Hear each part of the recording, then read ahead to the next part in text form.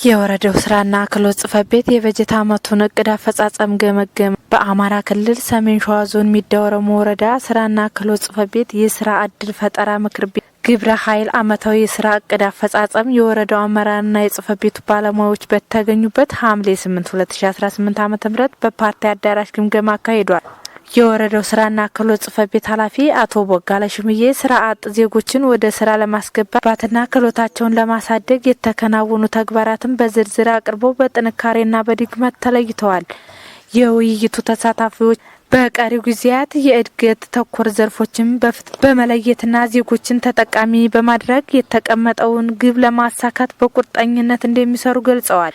የወረዳው ስራና ክህሎት ጽሕፈት ቤት ኃላፊ አቶ ቦጋለ ሽምዬ ባለፈው በጀት ዓመት ዘርፈ ብዙ የሆኑ የኢኮኖሚ አማራጮችን በመጠቀም ለበርካታ ስራ ፈላጊዎች የስራ እድል የተፈጠረ መሆኑን በመግለጽ 3810 ስራ አጥ ለመመዝገብና ግንዛቤ ለመፍጠር ታቅዶ ለ4886 ዜጎች ግንዛቤ መፈጠሩ እንዲሁም 230 በኢንተርፕራይዝ ለማደራጀት ታቅዶ 288 ማደራጀት ተችሏል ብለዋል። ወረዳው ምክትል አስተዳዳሪ የሲቪል ሰርቪስ የሰው ሀብት ልማት ጽሕፈት ቤት ኃላፊ አቶ አባይነው ወንዶስ በየደረጃው ያለውን የስራ አጥ ቁጥር ለመቀነስና የተፈጠሩ ስራዎች ዘላቂነት እንዲኖራቸው የክትትልና ድጋፍ ስራው ተጠናክሮ መቀጠል እንዳለበት ተናግረዋል።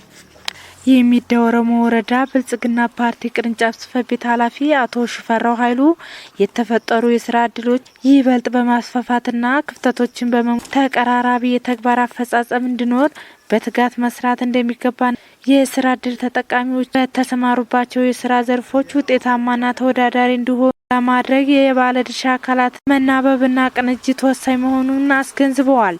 በመጨረሻም አዳዲስ ኢንተርፕራይዞችን በማደራጀት እንዲሁም የብድር አቅርቦት አጠቃቀም ተግባራትን በማከናወን ለቀጣይ ዓመታት ከእቅድ በላይ እንደሚሰሩ በመግባባት መድረኩ ተጠናቋል።